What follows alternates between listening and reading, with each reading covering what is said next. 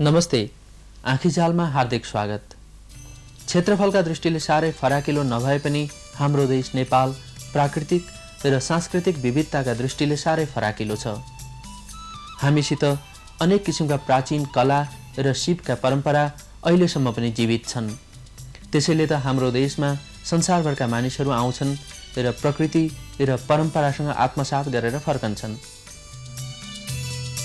आजको अङ्कमा हामी प्रस्तुत गर्दैछौँ चितवनको 20 हजारी तालको वातावरणका बारेमा एउटा रिपोर्ट, एसियाली युवाहरूको नेपाल भ्रमणसित सम्बन्धित एउटा सामग्री, सुदूर पश्चिमको भाषु नाचका बारेमा एउटा सामग्री,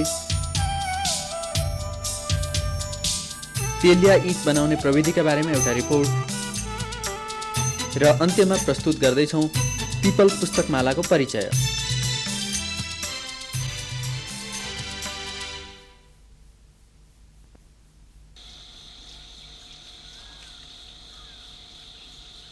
सिमसार क्षेत्र जैविक विविधताको संरक्षणका लागि मात्र होइन, मानवीय उपयोगका लागि पनि महत्त्वपूर्ण हुन्छन्। चितवन जिल्लामा यस्ता सिमसारहरू प्रशस्त छन्। शाही चितवन राष्ट्रिय निकुञ्जभित्र भएका थुप्रै ठुला सिमसारहरूमध्ये लामी ताल र तमर ताल महत्त्वपूर्ण छन्। राष्ट्रिय निकुञ्जभित्र रहेकाले यी तालहरूको अवस्था राम्रै छ। चितवनका गैँडा चर्ने र पानी खाने, गोही बास बस्ने र आहार खाने तथा चराहरू रम्ने र आहार खाने ठाउँ हो।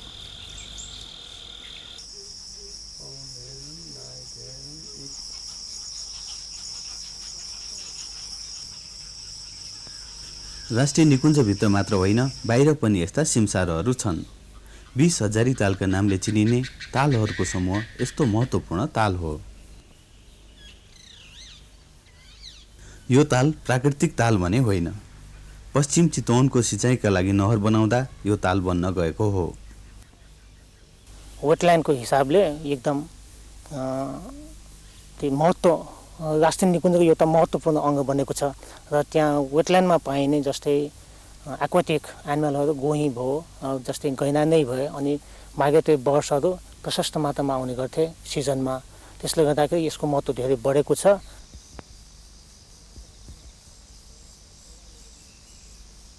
तर केही वर्ष यता यहाँ भएका मानवीय क्रियाकलापले गर्दा यो तालको अवस्था फेरिएको छ। ताल र नहरका बीचमा डिल नभएकाले नहरमा पानी घट्दा तालको पानी बगेर जाने हुनाले तालको पानी बेला बेलामा घट्छ। माछा मार्ने मानिसहरूले बाँध काटेर तालको पानी बाहिर पठाउनाले यो समस्या अझ बढेको छ। यसलाई हामीले चाहिँ त्यो माछा मार्न त दिएको छैन। त्यो इन्डिभिजुअल कहीँ चोरी एघात चाहिँ त्यस्तो कहीँ भएको भए बेग्लै कुरा हो र हामीले चाहिँ त्यसलाई चाहिँ माछा मार्न दिने इत्यादि गर्ने भन्ने कुराहरूमा चाहिँ हाम्रो त्यस्तो चाहिँ छैन र हामीले सकेसम्म चाहिँ रोक्ने प्रयास गरिरहेछौँ। ताल चाहिँ यो नहर सञ्चालन हुँदाखेरिमा चाहिँ फुल लेभलमा हुन्छ। अब नहर क्लोजअप हुने बित्तिकै फेरि यसको चाहिँ लेभल चाहिँ घट्छ। त्यसले गर्दा खालि एउटा सानो डेप्थमा मात्रै पानी बस्ने गरेछ। त्यसलाई चाहिँ त्यो राइट ब्याङ्कतिर पनि एउटा चाहिँ बन्ड बनाएर रिजर्भरलाई जहिले पनि सेम लेभलमा राखिराख्ने र ओभरफ्लो भएको बेलामा मात्रै चाहिँ ओभरफ्लो पानी आउन दिने र अरू बेलामा रिजर्भरलाई एउटा सर्टेन लेभलमा राखियो भने त्यहाँको एक्वाटिक जुन प्लान्ट्सहरू, यो बर्ड्सहरू, माछाहरू, अरू वन्यजन्तुहरूको लागि चाहिँ जहिले पनि सेम लेभलको यो पानी चाहिँ उपलब्ध भइरहेको छ। शाही चितवन राष्ट्रिय निकुञ्जमा मध्यवर्ती क्षेत्र स्थापना भएपछि यो ताल मध्यवर्ती क्षेत्रभित्र पर्छ। त्यो एरिया हाम्रो बफर जोन एरियामा आइसकेको हुनाले त्यसलाई कसरी हामीले म्यानेज गर्नुपर्ने हो, हामी चाहिँ लङ टर्म प्लान सोचेर त्यसलाई चाहिँ हामी बिस्तारै चाहिँ म्यानेज गर्छौँ। मध्यवर्ती क्षेत्रमा पर्दा पनि यसको संरक्षण कार्यमा सिँचाइ कार्यले पनि सहभागी बन्नुपर्ने हुन्छ। 20 हजार ताल पनि आजभन्दा केही वर्ष अगाडि फुटेको थियो। फुटेर त्यो सबै ड्यामेज भएर नहर पनि बन्द भएको र त्यहाँको सबै इन्भाइरोमेन्टल सबै यो डिस्ट्रोय भएको थियो र त्यो चाहिँ नहोस्, रिपिट नहोस् भन्नको लागि चाहिँ बन्ड स्ट्रेन्थ गर्ने काम चाहिँ यसबाट हुन्छ। तर जुन रिजर्भरलाई जहिले पनि सेम लेभलमा फिक्स गर्ने चाहिँ यसबाट हुँदैन र तर यो चाहिँ 20 हजार तालको चाहिँ यो फ्युचर यसको संरक्षण गर्ने हो भने त्यो चाहिँ एकदम जरुरी छ। आखिर शेर्पा सरकारकै सम्पत्ति हो जसको उसमा भए तापनि त्यसले गर्दाखेरिमा फन्डको व्यवस्था गरेर चाहे सिँचाइले होस् चाहे वनले होस् जसले पनि यो गर्दामा कुनै हुने कुरो त छैन र हामीले पनि प्रयास गरिरहेका छौँ कि यो आइएमटिपी अन्तर्गत नै यो एउटा बन्ड बनाएर उ गर्न पायो भने अलिअलि हामीले क्यानललाई पनि रेगुलेसन गर्छ त्यो प्रयास चाहिँ हामीले पनि गरिरहेका छौँ। सिमसार बचाउने अन्तर्राष्ट्रिय अभियानमा नेपाल पनि सामेल भएको छ।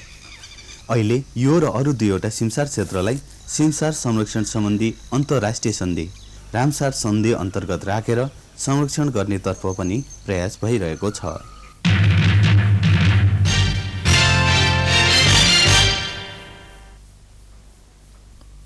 सगरमाथा विजयी प्रथम महिला जुनको ताबेईको हिमाली क्षेत्रप्रतिको मोह अझ पनि कम भएको छैन। नेपाललाई माया गर्ने प्रसिद्ध विदेशी व्यक्तिहरूमध्येकी एकजना जुनको ताबेईले गएको महिना केही एसियाली युवाहरूलाई नेपाल घुमाउन ल्याउनु भएको थियो। जुनको ताबेईले नेतृत्व गर्नुभएको यस समूहमा नेपाल लगायत एसियाका 8वटा देशका 62 जना विद्यार्थी, शिक्षक र टोली नेताहरू संलग्न छन्। उनीहरू 4 दिनसम्म पोखरा, घान्द्रुक, लान्द्रुक र धम्पुस लगायतका भागहरू घुमे। यस क्रममा उनीहरूले नेपालका सुन्दर भूभाग, जनजीवन र संस्कृतिसँग परिचित हुने मौका पाए। सांस्कृतिक, सामाजिक र राजनैतिक विचारका दृष्टिले भिन्न देशबाट आएका युवाहरू एक आपसमा घुलमिल गरिरहेका छन्। उनीहरूले यहाँका विद्यालयहरूसँग मित्रता साटासाट गरे। हिमाली क्षेत्रको वातावरण संरक्षण सम्बन्धमा युवाहरूमा चेतना जगाउनु र संस्कृतिको आदान प्रदान गर्नु यस भ्रमणको मुख्य उद्देश्य हो। यसका लागि उनीहरूलाई कक्षा कोठामा सीमित नराखेर सम्बन्धित ठाउँमै भ्रमण गराइयो। 大自然を見ていただくということ、そしてこれを守らなければいけないと思って 프로그램과 사토와타 비빈나 데시바타 파티시판트하루 비세스가리토 양만지하루 아누보 아니 서파이잖아고 랑게지파니 빈데빈데사 아니 칼차파니 빈데빈데사 따라 테스토토 랑게지코 아니 칼차코 디퍼런시스 라이 콘카가레라 एउटा ग्रुप जस्तो एकदम युनिटी भयो। अनि सबैजनाले यसपालिको उद्देश्यलाई बुझेर यस्तो त्यो हिमालयको संरक्षण गर्नु पर्यो, एन्भाइरोमेन्टल सम्बन्धी एकदम इन्ट्रेस्ट राख्नुभयो। अनि त्यसैले यसपालिको प्रोग्राम चाहिँ एकदम सक्सेसफुल भयो भनेर भने हुन्छ। यस भ्रमण दलका सदस्यहरूले भ्रमण अवधिमा आफूले प्रयोग गरिसकेका जलाउन सकिने वस्तुहरू आफैले नष्ट गरे।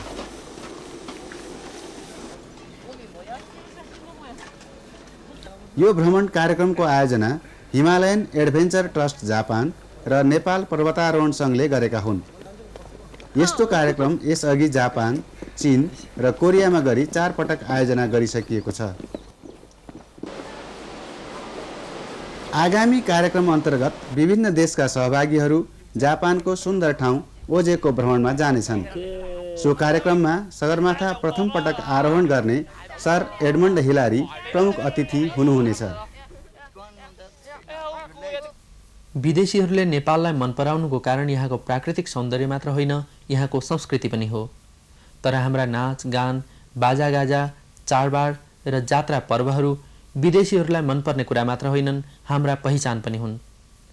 प्रस्तुत छ कञ्चनपुरका केही व्यक्तिहरूले लोप हुन लागेको भाषु नाचलाई जोगाउन गरेको प्रयत्नका बारेमा हस्त गुरुङको रिपोर्ट।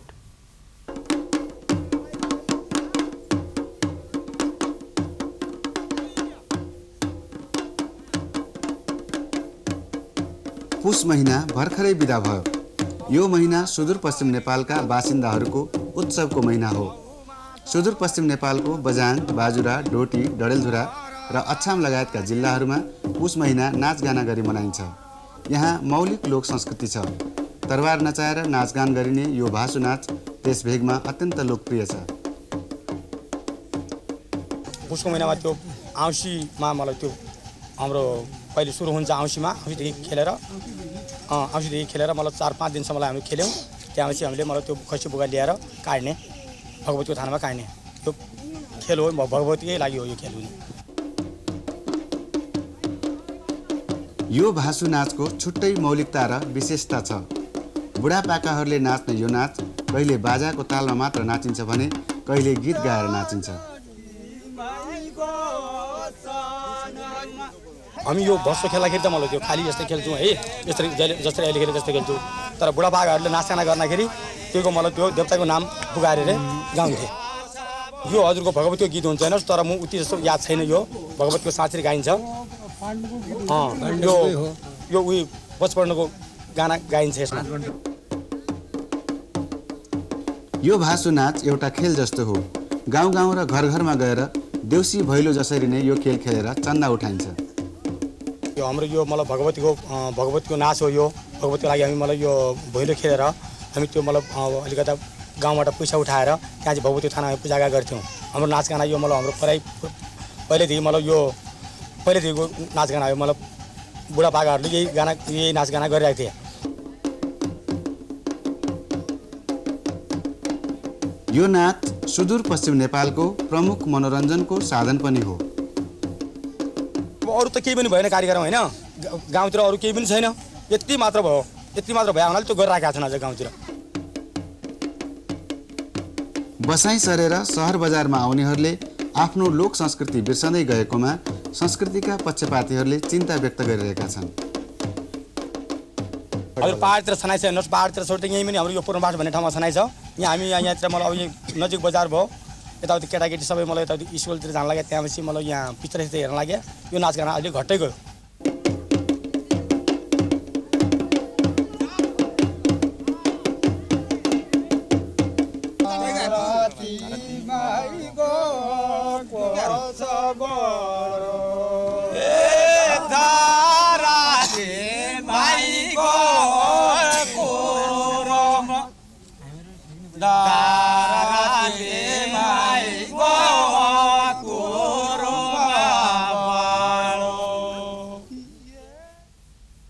जोगाउनु पर्ने जीवित सम्पदाहरू हामी कहाँ धेरै छन्। हाम्रा पुर्खाले आविष्कार गरेका त्यस्ता कुराहरूमध्येको एउटा हो तेलिया इँटा बनाउने प्रविधि। अहिले हामी कहाँ तेलिया इँटबाट बनेका प्राचीन स्मारकहरू धेरै छन्, तर नेपालमा तेलिया इँट भने 2 ठाउँमा मात्र बन्छ। प्रस्तुत छ सुशील मैनालीको रिपोर्ट। काठमाडौँ उपत्यकामा तेलिया इँटा बनाउने चलन निकै पुरानो हो। यो परम्परागत प्रविधि उपत्यकामा अझै पनि प्रयोगमा छ। तेलिया इँटाहरू खास गरी धार्मिक महत्त्वका मठ मन्दिर बनाउन प्रयोग हुने गर्दछन्। तेलिया इँटा उत्पादन गर्ने अहिले मुख्य रूपमा त 2टा मात्र छन्। जस्तो काठमाडौँ उपत्यकामा एकजना आधुनिक चिम्नी भट्टाबाट उत्पादन गर्ने पाटनमा तीर्थ भन्ने जुन नामले गर्छन् उनले गर्छन्। र यहाँ भक्तपुरमा चाहिँ कान्छा अवालले चाहिँ मतलब ट्रेडिसनल भट्टैमा उनले उत्पादन गर्छन्। तेलिया इँटा बनाउने प्रविधिमा भने ठुलो फरक आएको छ। पहिले काँचो इँटामा खाने तेल लगाएर पोल्ने गरिन्थ्यो, त्यसपछि पिना राखेर पोल्न थालियो। अचेल भने पिनालाई गाईवस्तुको दानामा मिसाउन थालिएपछि पानी मात्र लगाएर पोल्ने गरिन्छ। तर पुरानै खालको चमक आओस् भनेर पोल्नुभन्दा अगाडि पहेँलो माटोको लेप लगाउने गरिएको छ।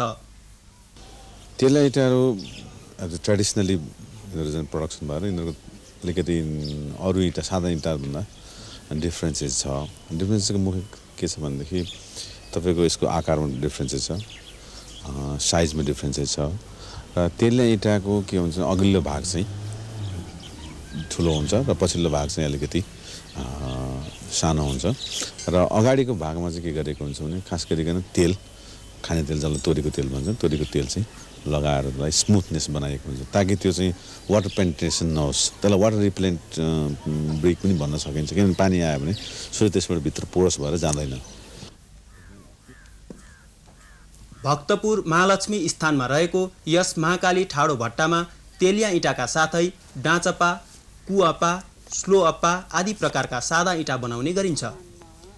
यहाँ कमलबुट्टे, पानबुट्टे, खालछड्के, ओखरबुट्टे, नागबेली, नागकन्या जस्ता बुट्टादार इँटा र झिँगटीहरू पनि बनाउने गरिन्छ।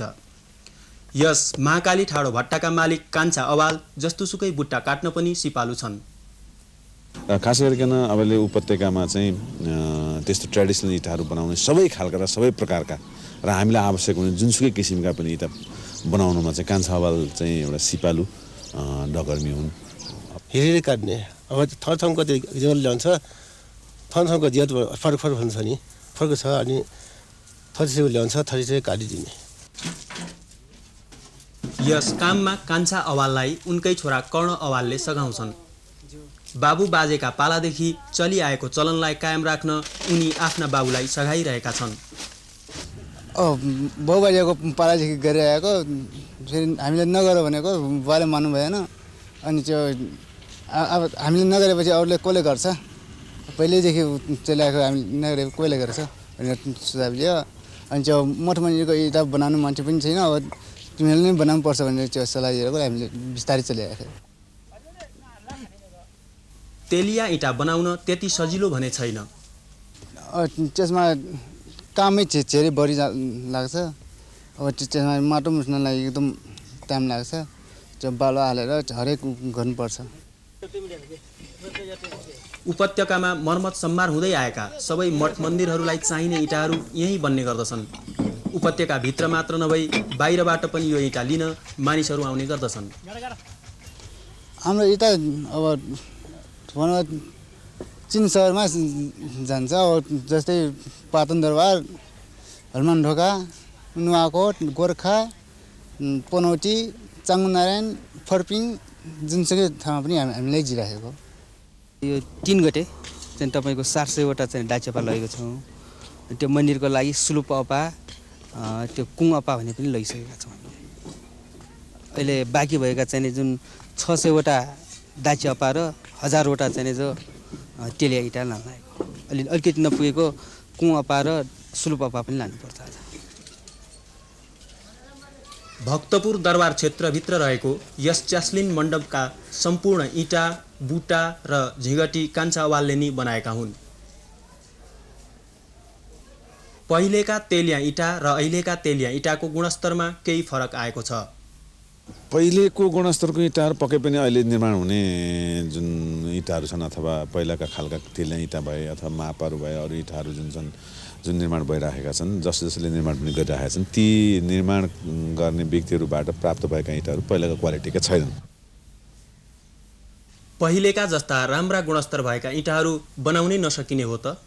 पहिलेका क्वालिटीका इँटाहरू अथवा गुणस्तरका नहुनुको मुख्य कारण त के त भन्दाखेरि अहिले उनीहरूको र हाम्रो बिचको मतलब डायलग अथवा उनीहरूसँग कुरा गर्दा उनीहरू के भनिरहेका छन् हामीले जुन पैसा दिइराखेका छौँ अब जस्तो हामीले तेलिया इँटालाई 7 रुपियाँ प्रति गोटा दिइराखेका छौँ र त्यसको कुनामा भन्छ कुवापा भन्छ कुवापालाई हामीले 9 रुपियाँ प्रति गोटा दिइराखेका छौँ। तर उनीहरूको भनाइ के भने 7 रुपियाँ प्रति गोटाले उनीहरू त्यो पुरानो क्वालिटीको इँटाहरू चाहिँ प्रोडक्सन गर्न सक्दैन भन्ने उनीहरूको धारणा छ। त्यस कारण अब यिनीहरूलाई हामीले पुरानै गुणस्तरको इँटाहरू लिनलाई एउटा कम्प्रोमाइज टर्ममा कतिसम्म दिन सकिन्छ अथवा कतिसम्म उनीहरूसँग लिन सकिन्छ एउटा गुणस्तर निर्धारण गरेर उनीहरूले चाहिने रकम हामीले दियौँ भने सम्भवतः उनीहरूले बनाउन सक्छन् होला। प्राचीन कालका जस्ता दरा बलिया र राम्रा गुणस्तरका नभए पनि उपत्यकामा बनिरहेका तेलिया इँटाहरूले अहिले पुरातात्विक महत्त्वका मन्दिरहरूको मर्मत सम्मार र निर्माण कार्य सजिलो भएको छ।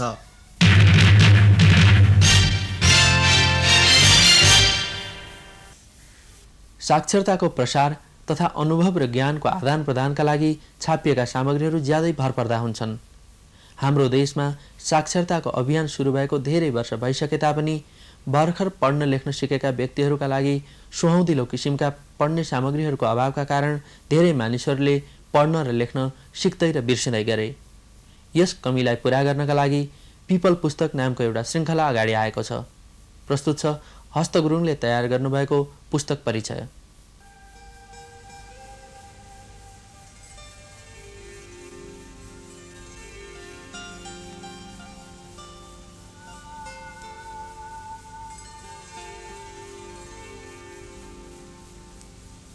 गएको 6 वर्षको अवधिमा युनाइटेड मिसन टु नेपालले नेपालीहरूले भोगेका सुख दुःखका विषयमा 20वटा हाते किताबहरू प्रकाशमा ल्याएको छ।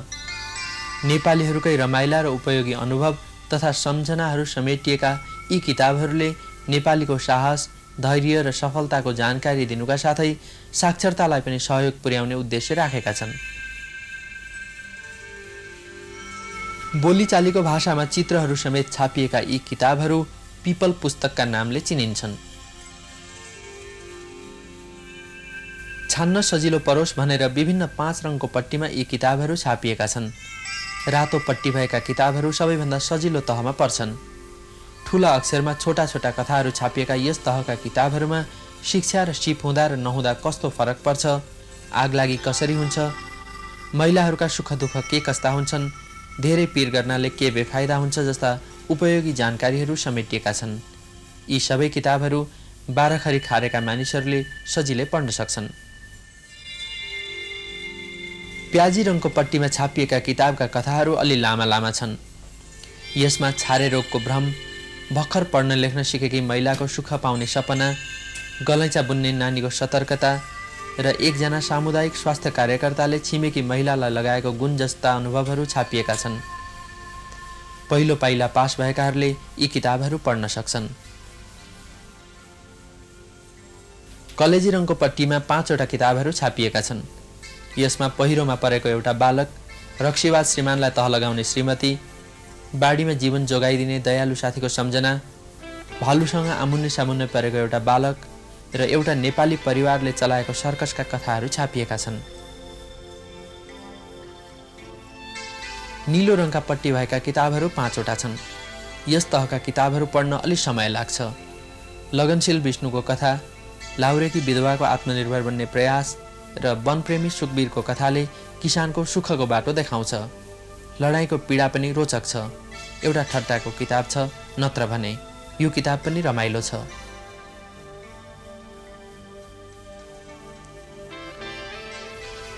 हरियो रङका पट्टी भएका 2 वटा किताब छन्। भुइँचालो भन्ने किताबले 1990 सालमा भुइँचालो आउँदा काठमाडौँमा कस्तो परिस्थिति थियो भन्ने जानकारी दिन्छ। लाहुरेको कथामा नेपाली युवकहरू किन लाहुर जान्छन् र लाहुरबाट फर्केपछि के कस्ता काम गर्न सक्छन् भन्ने सत्य कथा छ। यसले लाहुर जान चाहने र लाहुरबाट फर्केकाहरूलाई उपयोगी शिक्षा दिन्छ। पिपल पुस्तकहरू निकै काम लाग्नेछन्। यी किताबहरूमा ज्ञानवर्धक कथाहरू छन्।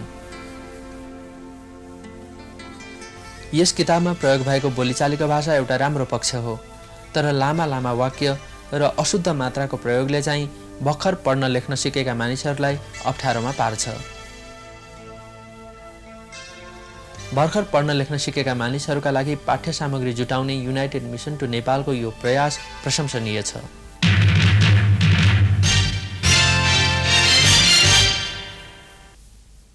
यसका साथै आँखीझ्यालको 75औं अङ्क यतिमै सकिन्छ।